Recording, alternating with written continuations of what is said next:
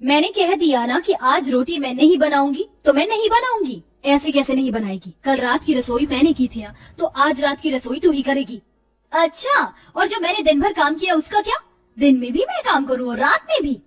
अरे तू इस घर की बहू है, अगर तू नहीं करेगी तो और कौन करेगा? और अच्छा, तू क्या है, मेरी सास जो हमेशा बैठकर मुझ पर हुक्म चलाएगी? आज रात की रसोई कौन करेगा, इस बात को लेकर दोनों देवरानी जेठानी में महाभारत छिड़ी हुई होती है। तभी वहाँ उनकी सास माधवी आती है। अरे बस भी करो तुम दोनों के चक्कर में मेरी भूख से जान निकली जा रही है। अगर आधे घंटे में खाना तैयार नहीं हुआ ना, तो आज की रात तुम दोनों को घर से बाहर गुजारनी होगी। अपनी सास को इतने गुस्से में देख और उसकी बात सुन दोनों देवरानी जेठानी जल्दी जल्दी खाना बनाने लगती हैं और ऐसे ही अगला दिन शुरू हो जाता है।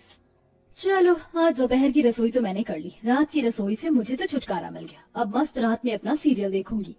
अक्षरा चालाकी से दिन की रसोई का काम खत्म करके अपने रूम में चली जाती है और ऐसे ही रात हो जाती है।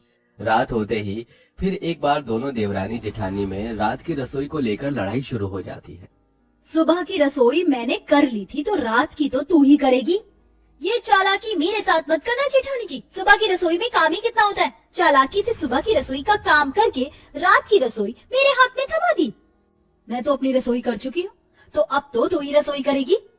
रोज रोज की देवरानी जेठानी की रात की रसोई की लड़ाई को देखकर बेचारे दोनों के पति ओम और जगन अक्सर रात का खाना बाहर से ही खाकर आया करते थे। ये देख माधवी को अपनी दोनों बहुओं पर बहुत गुस्सा आता है। चालाक मुझे कह रही थी और आज देखो खुद ही मेहंदी लगा कर आई है कि रात की रसोई न करनी पड़े। अरे इसमें चालाकी कैसी? कल मेरी सहेली की शादी है, इसलिए मैंने मेहंदी लगाई है।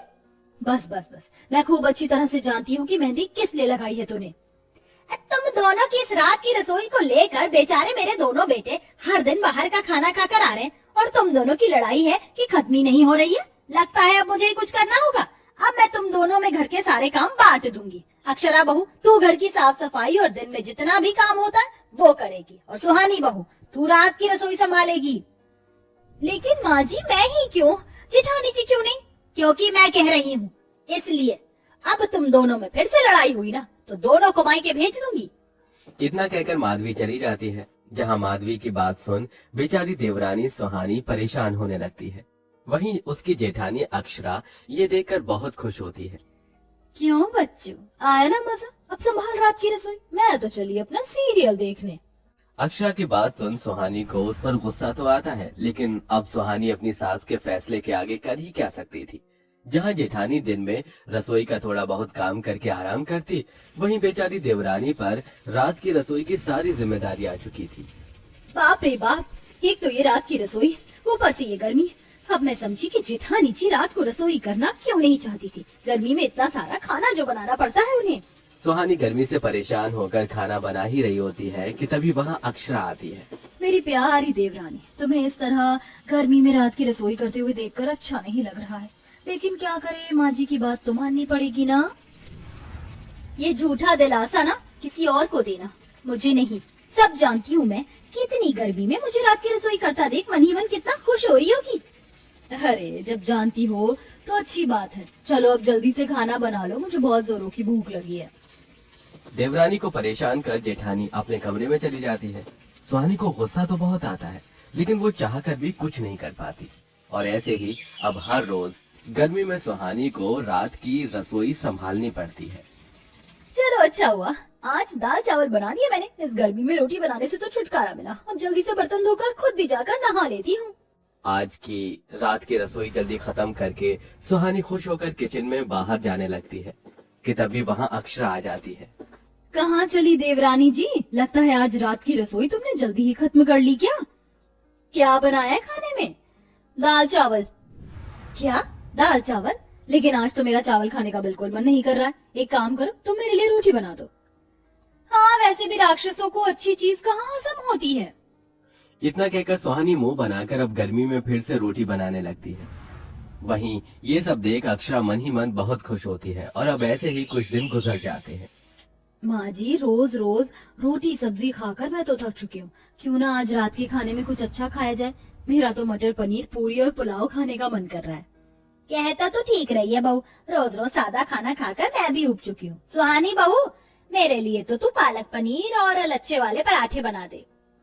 और हाँ सुहानी, आज मीठे में रसमलाई बना देना। हाँ हाँ, क्यों नहीं, पूरे होटल का मेन्यू ही दे दो।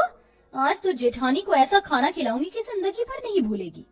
सुहानी किचन में जाकर रात की रसोई की तैयारी करती है। सारा खाना बनाने के बाद सुहानी चुपके से अक्षरा की सब्जी की कटोरी में ढेर सारी लाल मिर्च डाल देती है। अक्षरा जैसे ही सब्जी खाती है,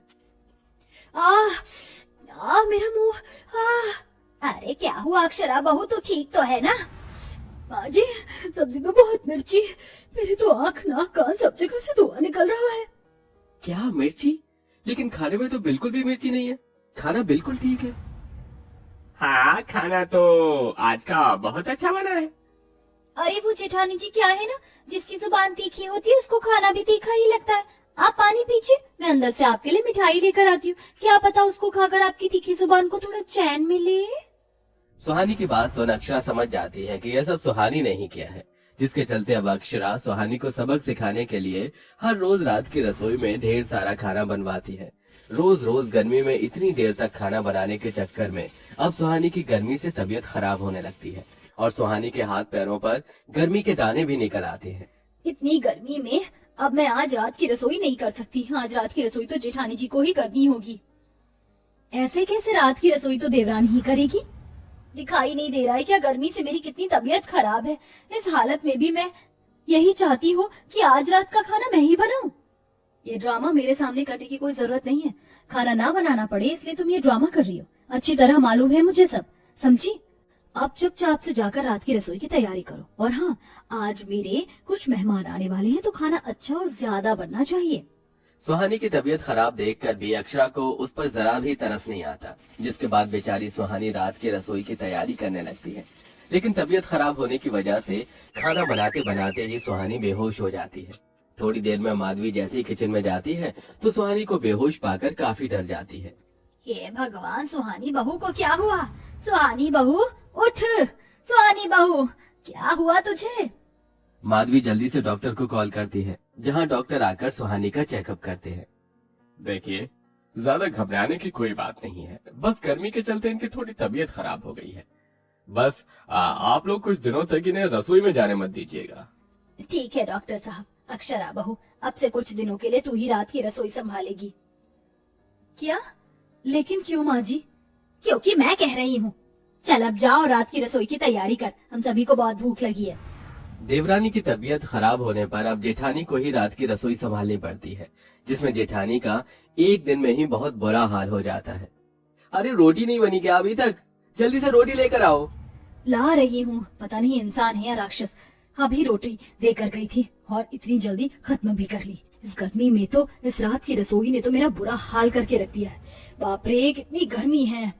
गर्मी में रोज रात की रसोई संभालने के चक्कर में अक्षरा भी धीरे धीरे सुहानी की तरह परेशान होने लगी थी। मेरी आंखें, अब ये पसीना मेरी आंखों में क्यों जा रहा है? ना जाने सुहानी इतनी गर्मी में रोज ढेर सारा खाना कैसे बनाती होगी। इस रात की रसोई ने जो सुहानी का हाल किया है वही मेरा भी करके ना रख दे। अगर हम दोनों मिलकर खाना बनाते तो ऐसा नहीं होता। गर्मी में रोज रोज रात की रसोई कर करके अक्षरा की अकल भी अब ठिकाने आ चुकी थी, जिसके चलते अब वो सुहानी से माफी मांगती है। सुहानी, मुझे माफ कर दो। तुम्हें सबक सिखाने के चक्कर में मेरी वजह से तुम्हारी इतनी तबीयत खराब हो गई, और अब जब मैंने तुम्हारा काम किया तो मुझे और ज्यादा बुरा लग रहा है। गलती मेरी भी थी जेठानी जी, लेकिन कोई बात नहीं, अब हम दोनों मिलकर रात की रसोई संभालेंगे। चलो अच्छा हुआ, तुम दोनों की अकल ठिकाने आ गई। चलो अब जाकर जल्दी से मेरे लिए चाय बनाकर लाओ। अपनी सास की बात सुन दोनों देवरानी जेठानी हंसने लगती हैं, जिसके बाद अब दोनों देवरानी जेठानी मिलाकर हमेशा रात की रसोई साथ में ही करती हैं। और अब रात की रसोई कौन करेगा, इस चीज को लेकर भी दोनों की महाभारत हमेशा हमेशा के लिए खत्म हो जाती है।